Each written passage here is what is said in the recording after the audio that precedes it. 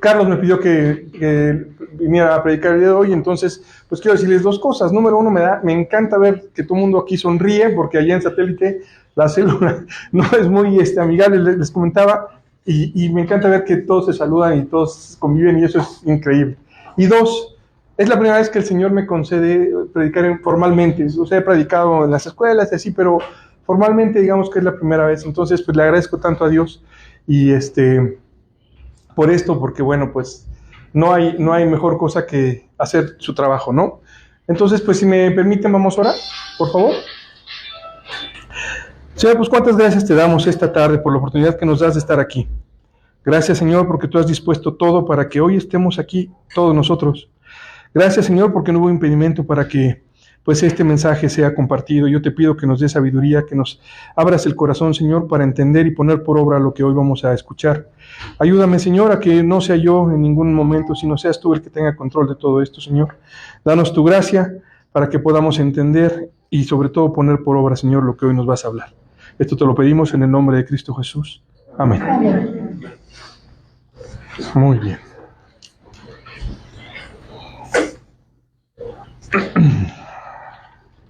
Hoy vamos a usar mucho la Biblia, entonces no cuenta como tiempo devocional, muchachos, eso cada quien en casa, pero para que estemos ahí listos, Fíjense que vamos a utilizar un pasaje que la verdad que a mí me gusta mucho porque tiene muchas enseñanzas, y la verdad es que es un pasaje que nos motiva o ha motivado a muchos creyentes a lo largo de mucho tiempo. Ese pasaje está en 1 Corintios, capítulo 3. Entonces, si nos vamos a 1 Corintios 3, por favor. Fíjense que Pablo les está escribiendo a estos creyentes de Corintio y les está llamando en este capítulo la atención de una manera muy fuerte. Porque resulta que a esta altura los corintios están enfrascados en una discusión de si soy de Pablo, si soy de Apolo, si soy de Cristo, ¿no? Y Pablo se desespera y entonces les trata de decir, a ver, por favor. A ver, vámonos, 1 Corintios, capítulo 3, versículo 4 de en adelante, dice, porque diciendo el uno, yo ciertamente soy de Pablo, y el otro, yo soy de Apolos. ¿No sois carnales? ¿Qué pues es Pablo y qué es Apolos? Servidores por medio de los cuales habéis creído, y esto según lo que a cada uno concedió el Señor. Yo planté, Apolos regó, pero el crecimiento lo ha dado Dios. Así que ni el que planta es algo, ni el que riega, sino Dios que da el crecimiento.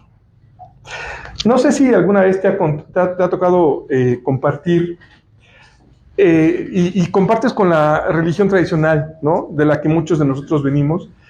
Y a mí me gusta mucho esta rama de la teología que se llama apologética, que es como la defensa de la fe, ¿no? Estar preparado para contestar los argumentos y las situaciones que te dicen o que te preguntan, muchas veces genuinamente. Y lo que estas personas que están normalmente habituadas a debatir, lo cual no es bueno, te preguntan mucho es, a ver, ¿tú qué? Eres cristiano, ¿no? ¿Pero qué denominación eres? No, pues yo soy cristiano, ¿no? No, pero ¿eres adventista? ¿Eres bautista? ¿Eres presbiteriano? Y claro, porque en su mente está metida la religiosidad. Y entonces no entienden que cristiano es una palabra simplemente dividida en dos, Cristos, ¿no? El ungido del Mesías, y anos, que es el sufijo que implica pertenencia, como mexicano, ¿no? Ecuatoriano, somos mexicanos porque pertenecemos a este país. Y ya desde entonces, o ya desde aquí, fíjense desde cuándo la iglesia trata, no la iglesia, sino Satanás trata de en la iglesia meter división. Esto es absurdo, nosotros somos cristianos porque somos de Cristo. Entonces cuando alguien les diga o vean este tipo de denominaciones, pues prendan ahí la red flag, ¿no? La banderita. Muy bien, el versículo 8 dice, y el que planta y el que riega son una misma cosa, aunque cada uno recibirá su recompensa conforme a su labor. Yo me pregunto si alguna vez tú te has sentado y decir así cuando estás en la prueba y decir, híjole Dios, pero es que ahí viene la recompensa. ¿no? Pero, ¿cuál recompensa? ¿A qué recompensa se está refiriendo Cristo aquí? Pablo aquí, perdón. Tenemos que entender que el Evangelio no depende o no se sustenta en nuestra obediencia, sino en la obediencia de Cristo. Es importante saber que todos los que estamos en Cristo somos nuevas criaturas, claro, pero no por algo que hayamos hecho nosotros, sino por lo que hizo Cristo para nosotros. Todo lo que Adán no hizo, Cristo, el posterior Adán, sí lo hizo. Entonces, Él fue obediente al Padre en todo. Y por lo tanto pudo consumar por completo nuestra redención y manifestar en obediencia la gloria del Padre, no por mérito nuestro, insisto, sino por completo mérito de Él. Entonces, es una necesidad que entendamos que nadie se puede jactar. Nadie se puede gloriar en nada, porque nada cuenta para el estado de gracia en el cual vivimos. Todo es un regalo por parte de Dios. Si esto es así, si entendemos que no tenemos injerencia en nada de la salvación, pues entonces ¿a qué recompensa se refiere? O sea, si todo nos dan por gracia, si todo es un regalo, ¿por qué entonces hay una recompensa? Y nos dice además que es conforme a nuestra labor. Pablo refiere esto diciendo, no hay nada de que jactarse. Todo lo hace Dios. Y esto lo podemos ver en Efesios capítulo 2. Vámonos, por favor. Efesios 2,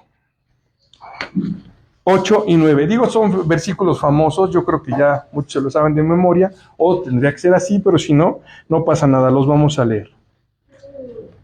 Efesios 2, 8 y 9. Porque por gracia sois salvos por medio de la fe.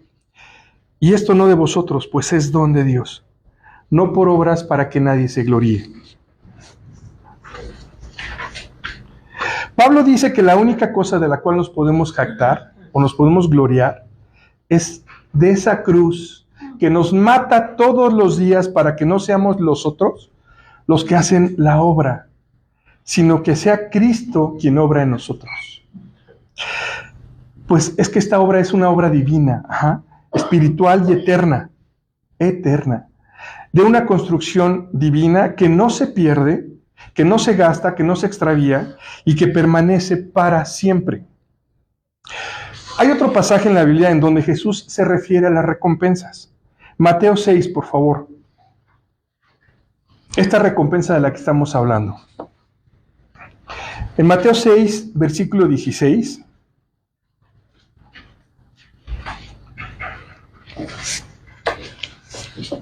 ¿Ya están ahí?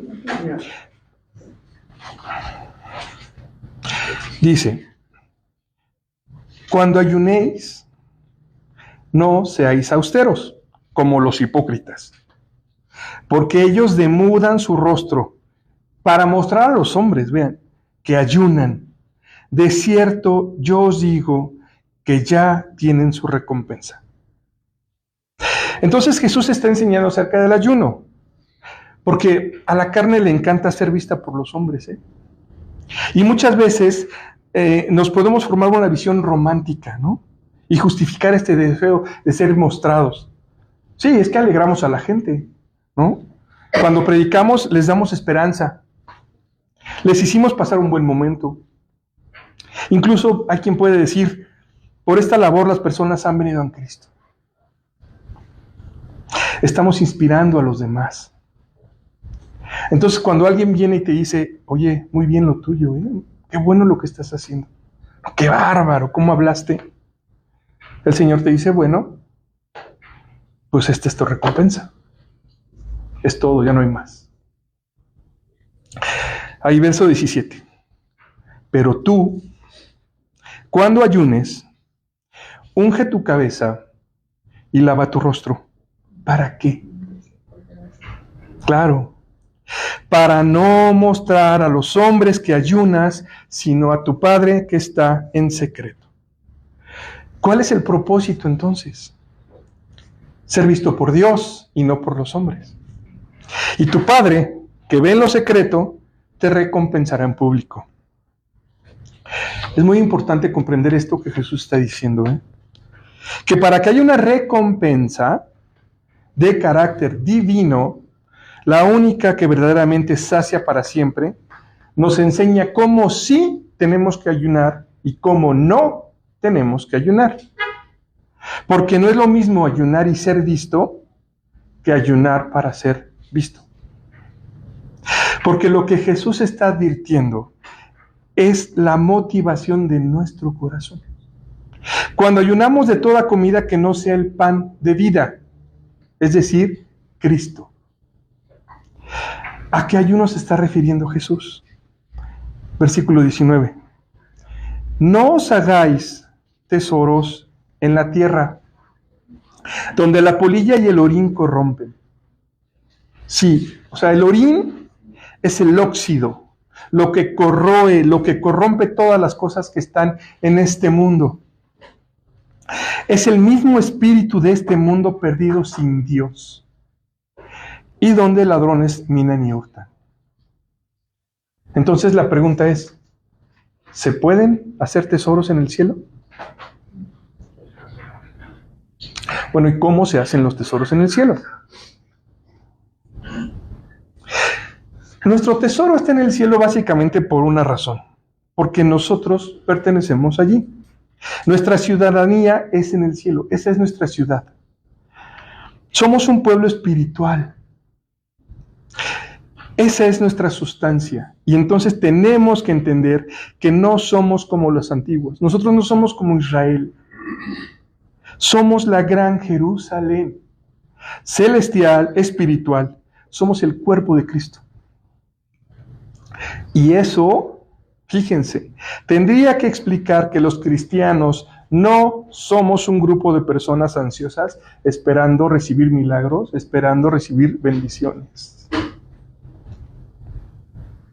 sino que estamos en Cristo para edificación, para construir. ¿Por qué? Porque somos un pueblo espiritual. Estamos en Cristo y en Él nos fueron concedidas todas las cosas, todas las bendiciones y todas las promesas. Vivimos en el curso de ellas y expresamos plenitud. Y de esta plenitud tomamos gracia sobre gracia. Esto nos hace colaboradores de Cristo en una edificación divina como piedras vivas. No somos personas esperando que ocurra algo en nuestras vidas, porque todo lo que tenía que ocurrir ya ocurrió en su Hijo.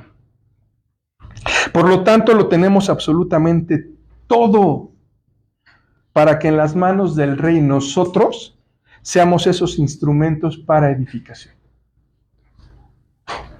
¿Por qué Cristo nunca ofreció lo que muchos que dicen hablar en su nombre ofrecen?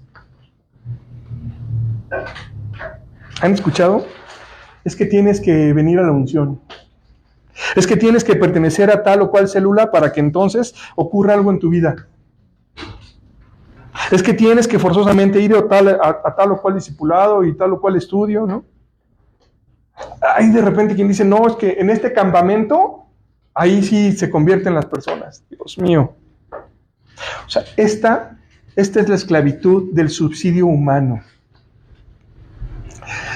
Nosotros no llevamos a las personas a los pies de la cruz. Nosotros no llevamos a las personas a los pies de Jesús para que dependan de nosotros, sino para que encuentren todo en Cristo. ¿Por qué Jesús dijo, amen a sus enemigos? ¿Por qué dijo, oren por lo que les roban, por los que los ultrajan, por los que los persiguen? ¿Por qué dijo, bendigan a los que los maldicen? ¿Por qué? Porque somos espirituales. Y por lo tanto, ¿qué creen? Estamos completos.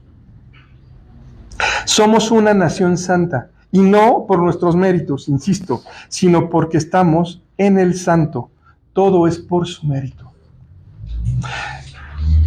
En este tema, el apóstol Pedro se refiere cuando, en Primera de Pedro, si lo queremos leer, Primera de Pedro, capítulo 2,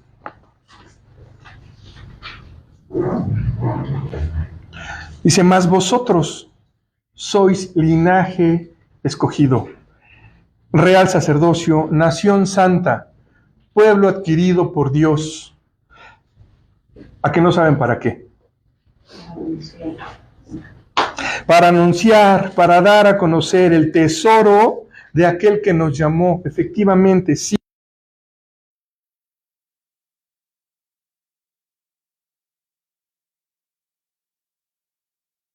Hechos para edificación. Somos colaboradores de Cristo, como instrumentos en sus manos. Cuando Él hace la obra en nosotros y a través de nosotros, ¿para qué? Para su propia gloria.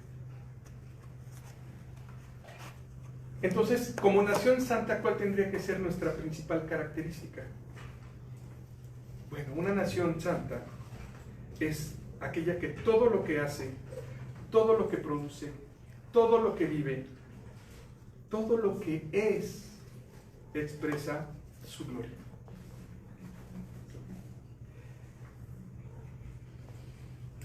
Todo lo que eres, así, lo que comas, lo que bebas, todo es para la gloria de su santo nombre. Eso expresa una nación santa, porque esto es lo único que expresa Cristo, y la nación santa es todo lo que está en el Hijo. Y por otro lado, ¿qué es una nación natural?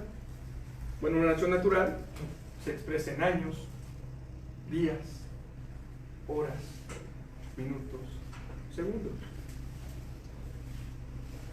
Cuando platicas con una persona, puedes entender claramente que esta persona es producto mayormente de todo lo que ha vivido, te ha tocado.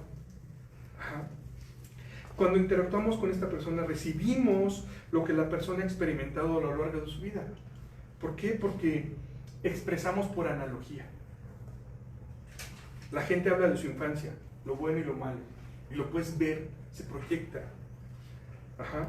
Esto se proyecta como un producto de su experiencia pasada, y hacemos de esto una cultura de vida regida por la percepción humana, pero dejamos de lado el presente de Dios. Una nación natural pone al hombre fuera del presente, y por eso las personas corren a terapias, ¿no? A las sesiones con los psicólogos, los psiquiatras, para tratar de arreglar estos traumas que vivieron en el pasado y que los hacen ser como son y vivir como viven. Miren, todo esto que acabo de decir ya es parte del pasado. Todo esto que dije ya es pasado. Toda fotografía, por más cercana que parezca, es pasado. ¿Alguien les ha dicho, oye, mira esta foto de antes? Todas las fotos son de antes, ¿eh? No importa qué tan cercano parezca, todo lo que ocurre inmediatamente se vuelve pasado. Esa es nuestra naturaleza humana. El presente es algo que ni siquiera podemos entender porque ya pasó. A lo mejor es por eso que nos cuesta tanto entender la verdad presente. A lo mejor es por eso por lo que nos cuesta tanto entender por qué Dios es un eterno presente. Y esto es muy importante porque este eterno presente es una definición de eternidad. La verdad es que, como dice Carlos, o sea, no estamos capacitados para entender la eternidad. No lo intentes, no va a poder ser. No podemos entender porque estamos sometidos en esta dimensión. Nuestras dimensiones son ancho, alto, bajo, ¿no? Y tiempo. Todo lo medimos en tiempo. No hay nada que esté fuera del tiempo. ¿A qué hora te levantas? ¿A qué hora desayunas? ¿A qué hora te vas a trabajar? ¿A qué hora regresas? ¿Cuánto tiempo lo dedicas a tu memorización? ¿Cuánto tiempo lo dedicas a tu discipulado? Etcétera. Nuestra humanidad está atrapada en esta dimensión y no entendemos el presente eterno de Dios. Pero esto tiene que ser para nosotros una directriz, porque si no lo tomamos como esta línea de conducción para entender quiénes somos en Él, vamos a sufrir mucho. ¿Por qué? Porque todo lo que el Padre hace, lo hace en su Hijo. Dios no produce nada fuera de su Hijo. Esto quiere decir que todo lo que el Padre hace, lo hace en la verdad presente. Entonces, cuando Dios nos da vida eterna, nos da la capacidad de vivir y de entender ese presente. Nos capacita para poder entender que toda nuestra vida está en su presente. Nuestra expectativa del futuro no debe de ser como los cristianos que quieren tener un horóscopo bíblico, ¿no? Y que están afuera y recibirás y tendrás y serás bendecido. No funciona de esa manera, sino que cuando Cristo es en mí, la verdad presente le da perspectiva a mi futuro y mi futuro está resuelto en Él.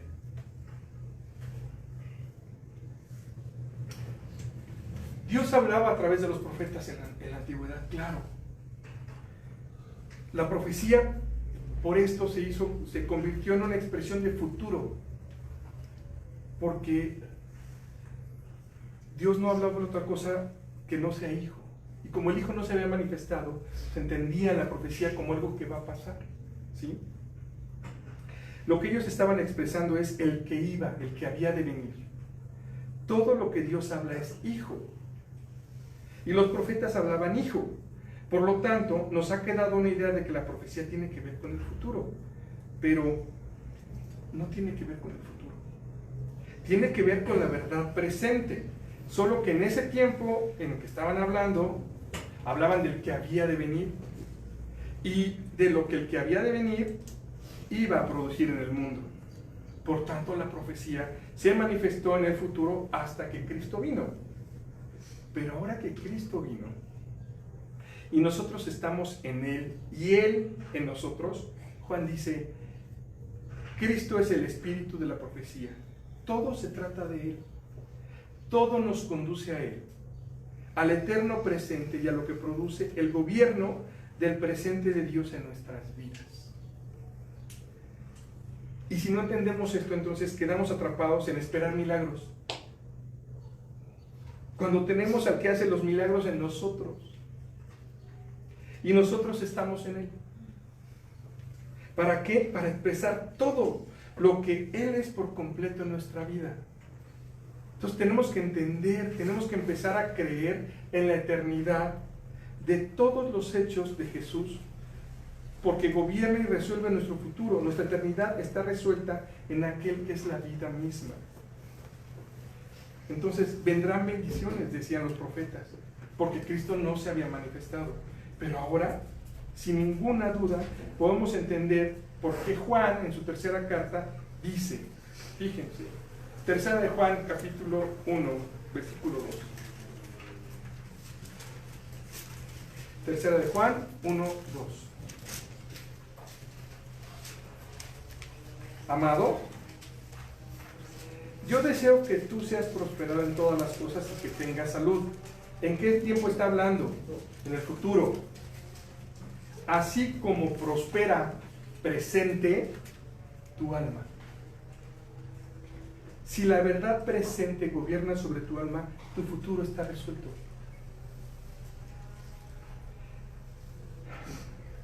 Así que el alma humana, cuando es gobernada por Dios, tiene la capacidad de poder experimentar la eternidad de Dios, la eternidad de Cristo en nuestra vida, este presente de Dios en nuestra vida que le da calidad a nuestro futuro.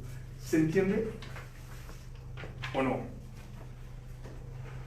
Es decir, no tiene que pasar algo, tiene que pasar alguien en nuestra vida, tiene que pasar Cristo, el eterno presente. Ahí el versículo 21 termina diciendo, porque donde esté vuestro tesoro, allí estará también vuestro corazón. Entonces la pregunta, ¿se pueden hacer tesoros en el cielo? Claro. Y donde esté tu tesoro, allí va a estar tu corazón.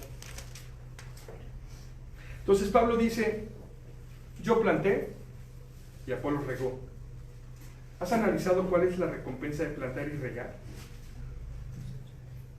¿Cuál es la recompensa? ¿Cuál? Cosechar. Cosechar, sí, la vida, el crecimiento que da Dios. O sea, ¿quién da el crecimiento? Dios. Dios produce ¿qué? La vida. Ajá. Porque Él es la vida. O sea que cuando plantamos y regamos, interviene Dios y esa semilla muere y entonces empieza la vida y empieza a crecer y manifestar ¿qué? El fruto. Y este fruto es la recompensa de la labor de la cual Jesús está hablando, de esta labor de plantar y regar. Entonces ahora podemos ver la recompensa. ¿Qué vemos? El fruto. Y Jesús dice, en esto mi Padre es glorificado, en que llevéis mucho fruto.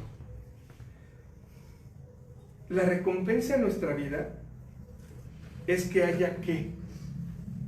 Cristo. Que haya fruto. El fruto de Cristo en nosotros son los atributos del carácter de Dios.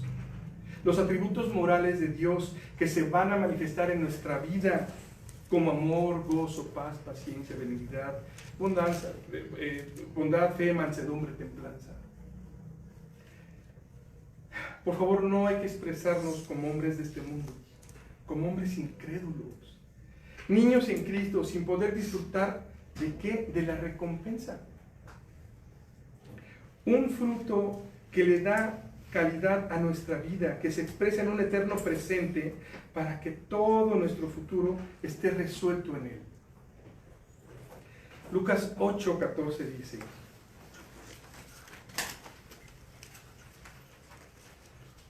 Lucas 8:14.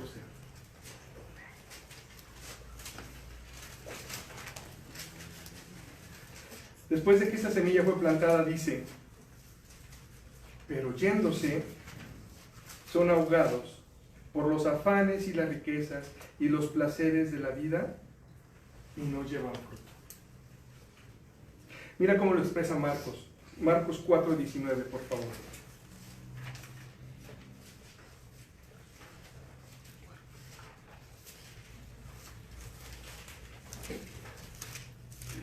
Pero los afanes de este siglo, quiero, Señor, dame, necesito. Y el engaño de la riqueza, o sea, ¿qué producen la riqueza de nuestra vida? Engaño, ¿vieron? Y las codicias de otras cosas que no son Cristo, y entran y ahogan la palabra. ¿Y qué es la palabra? La semilla. Y entonces se hace infructuosa. Es que no vemos la recompensa. No vemos lo que ya tenemos. Y cuando estamos hablando de hacer tesoros en el cielo, de la recompensa que el Señor dice, cuando ayunen, traten de que sea Dios quien los está viendo. ¿Y cuándo se ayuna? ¿De qué manera ayunamos? Bueno, Cristo lo explica. Mateo 9:14.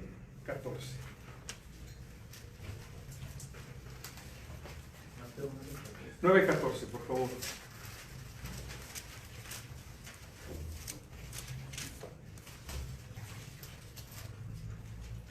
Entonces vinieron a él los discípulos de Juan diciendo: ¿por qué nosotros y los fariseos ayunamos muchas veces y tus discípulos no ayunan? Jesús les dijo: ¿acaso pueden los que están de bodas tener luto entre tanto que el esposo está con ellos? Pero vendrán días cuando el esposo les será quitado y entonces ayunarán. El Señor manifiesta claramente que hasta que Él vuelva, su iglesia no va a consumir otro alimento que no sea el pan de vida. No se va a tomar licencia de nada que no sea su voluntad. La voluntad del Padre, que es lo único que expresa la vida del Hijo en nosotros. En esto radica la recompensa. En el motivo por el cual nosotros ayunamos. Si es para ser vistos por los hombres o para ser vistos por nuestro Padre que está en el cielo. En Mateo 6, 3 y 4. Unas vueltas atrás. Jesús repite los mismos conceptos. Y esto lo dice claro, diciendo: mas cuando tú des limosna, no sepa tu izquierda lo que hace tu derecha. ¿A qué no saben para qué? Para que sea tu limosna en secreto. Tu limosna tiene que ser en secreto. ¿Para qué? Y tu Padre que ve en lo secreto, te recompensará en público. Es Jesús probando nuestro corazón, verificando si Dios es suficiente para nosotros. Si no estamos queriendo comer otro alimento fuera de Cristo, porque Él resulta insuficiente para nosotros. Y todo este alimento que no es Cristo es lo que Dios llama pecado. Es dejarlo a Él para buscar satisfacción en otras cosas. Otras cosas que son cisternas rotas que no retienen agua. Por eso Pablo dice pecado. Pues no hay una lista de pecados, ¿eh? Pecado es todo aquello que no expresa a Cristo, que no expresa la voluntad del Padre. El pecado nace precisamente de esta insatisfacción. A veces pienso, ¿será tan difícil entender el abismo que hay entre vivir para Dios o que Cristo viva su vida en nosotros y a través nuestro? ¿Has usado esta expresión? No, es que me encantaría vivir para Dios. Cuando alguien te dice, yo sirvo a Dios, he vivido para Dios muchos años. Pues claro, porque servirle a Dios así es fácil, cuando uno es valorado, cuando soy visto por los hombres, cuando soy reconocido. Mira, ahí está el pastor, pues, este maestro. Alguna vez un maestro de la Biblia, en un discipulado, comentaba que estaba empezando con su segundo generación de discípulos. Entonces dijo que después de 15 o 20 años de estar discipulando, pues ya había graduado a los discípulos que estaban ahí. Y dijo algo que a mí me retumbó en el corazón porque dijo, después de todos estos años, quizá 2 de los 30 que discipulé van a vivir para Cristo. Lo único que estaba mostrando pues, es la raíz del problema. Pues estuviste anhelando que te vean los hombres. Enseñaste la Biblia porque crees que tu discipulado va a cambiar la vida de las personas y esperas por eso un resultado que puedes ver y medir. Y por lo tanto pues tienes una recompensa rastrera, temporal, humana. No hay más. Pero cuando uno está completamente satisfecho en el Hijo, lo único que anhela es ser visto por el Padre. Y claro, muchos te van a decir, pues es que este no hace nada. No es como muchos de nosotros que ponemos las manos en el arado, ¿no? Que se nota lo que está ocurriendo. El Señor dice, lo que hagas con tu mano izquierda, que no lo sepa tu mano derecha. Si quieres ver una recompensa radical de Dios, divina y eterna, tesoros en el cielo.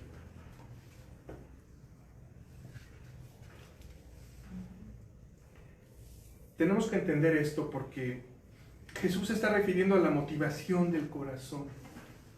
Porque si alguien está ayunando como los fariseos, a los cuales se está refiriendo Jesús, que se les notaba que ayunaban, pues yo pensaba, bueno, pues ¿cuál es el problema? Están ayunando y se les está notando que ayunan. Ajá. Pero Jesús dice, lo que pasa es que dicen que lo hacen para Dios, pero en realidad lo están haciendo para que los hombres lo vean. ¿Te ha pasado? Esa es la motivación del corazón. ¿Por qué lo haces? Y todos estamos expuestos a esto en cualquier momento, porque es bien padre. Se siente increíble cuando te dan la mano y te dan la mano. Oye, qué bien, porque estamos expuestos a esta recompensa inmediata. queremos hacerlo, y a veces con buena intención. ¿Por qué las personas somos de esta manera? Pues porque algo tenemos que resolver en nuestro corazón. Esa tendría que ser la motivación. No está mal que nos vean ayunando. El problema está en ayunar para ser visto. Ese es el verdadero problema. Pero entonces, si nosotros no nos mostramos, pues entonces no vamos a poder inspirar a otros. Si no nos ven, ¿cómo vamos a predicar? La pregunta sería, ¿y si le hacemos caso a Dios? ¿Y si le obedecemos a Dios? ¿Qué ocurriría? Pues probablemente mucha gente no va a saber lo que hacemos. Probablemente no nos puedan felicitar. Incluso podría ser que nadie esté enterado de lo que la iglesia de Cristo está produciendo. No lo sé. Pero es que, ¿cuál es nuestra influencia en la sociedad? Es que el mundo lo tiene que saber, ¿no? Vuelvo a preguntar. ¿Y si le hacemos caso a Dios? ¿Y si obedecemos a Dios? ¿Cuál sería el resultado? ¿No tendríamos entonces una recompensa de carácter radical y eterno? ¿No sería Dios quien nos recompense en público? ¿No tendríamos que revisar nuestro corazón cuando hablamos de recompensas conforme a nuestra labor realizada? ¿No tendríamos que preguntarnos si realmente nuestros tesoros hoy están en el cielo?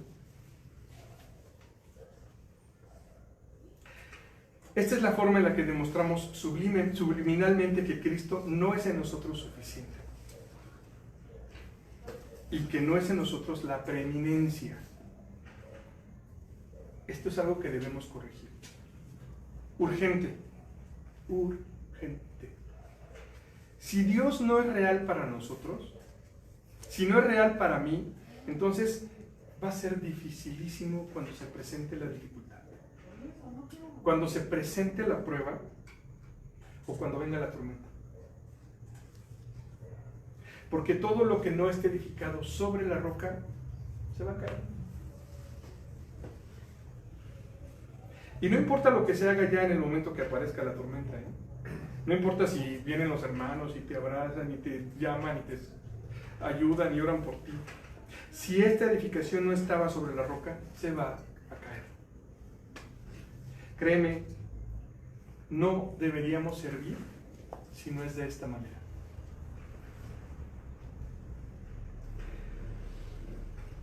Tenemos que demostrar entonces que Cristo es en nosotros suficiente y que Él es el que en todo debe tener la preeminencia.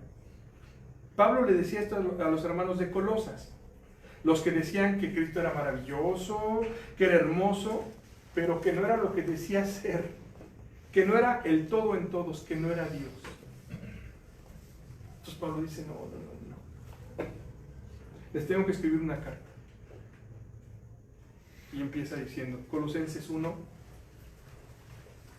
del 15 en adelante.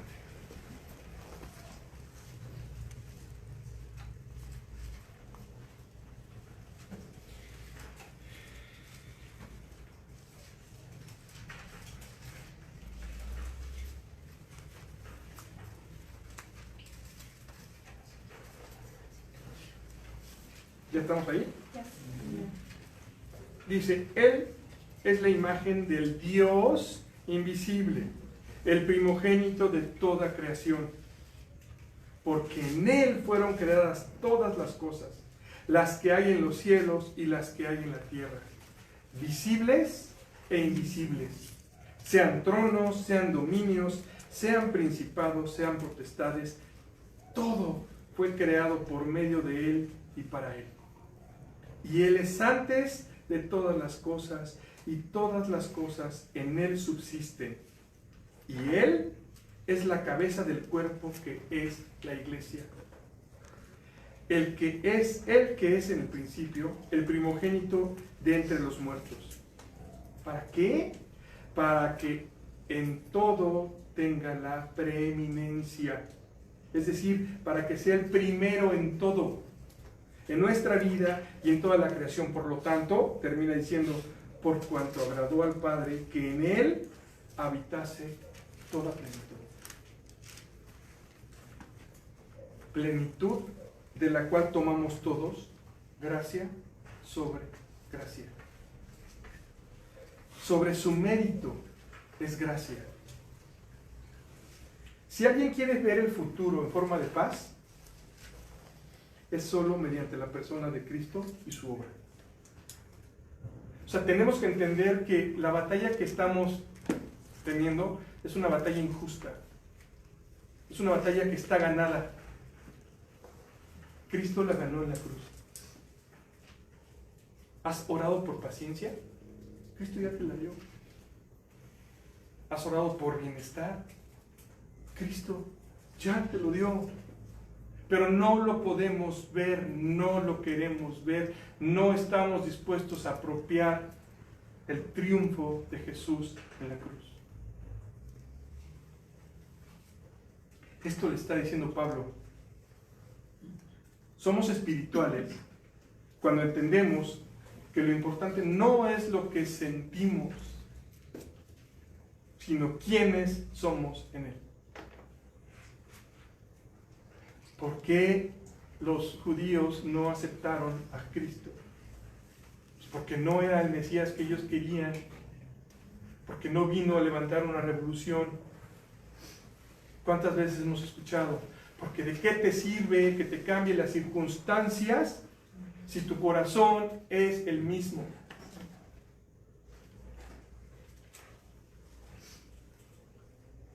Como lo vimos al principio en 1 Corintios, nuestro pasaje base, por decirlo así, el capítulo 3 empieza diciendo, miren, no les pude hablar a ustedes, los hermanos de Corinto, como espirituales, sino como a carnales.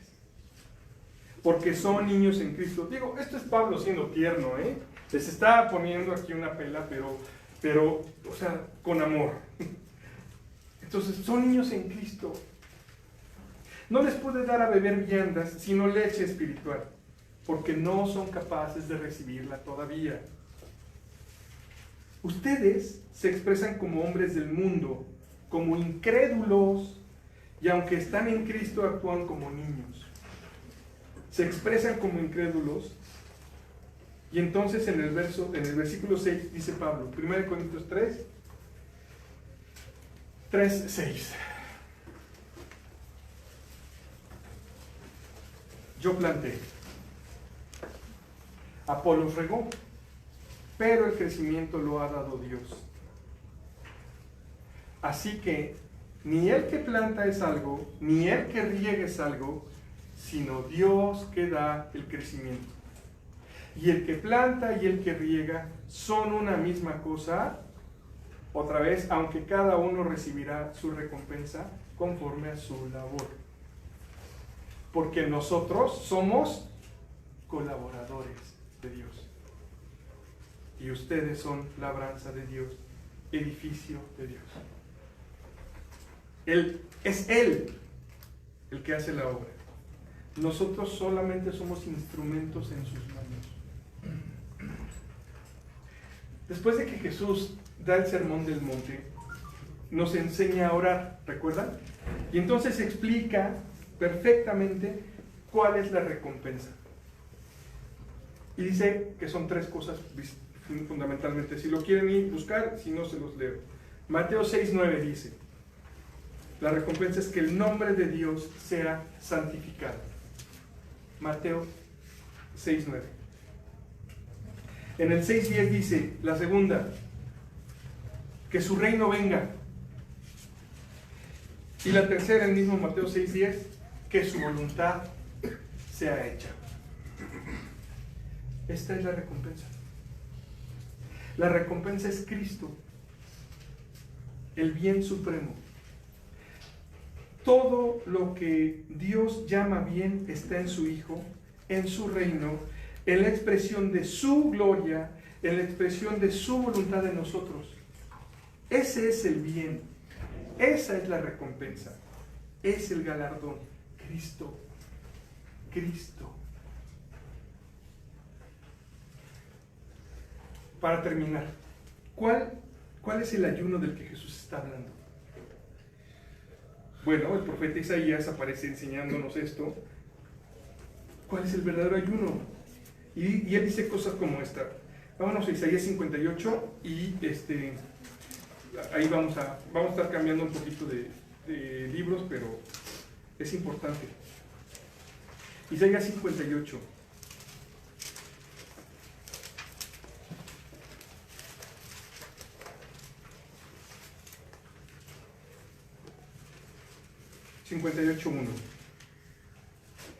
Clama a voz en cuello, no te detengas, alza tu voz como trompeta y anuncia a mi pueblo su rebelión y a la casa de Jacob su pecado. Y esto dice, miren, que me busquen cada día y quieren saber mis caminos. Esto es bueno, ¿no? Pero ¿saben cuál es el problema? Su corazón. El problema es la motivación de su corazón, lo que hemos estado viendo. Fíjense, porque hablan como gente que hubiese hecho justicia, como que tuvieran mérito propio. Y hablan como gente que no hubiese dejado la ley de su Dios.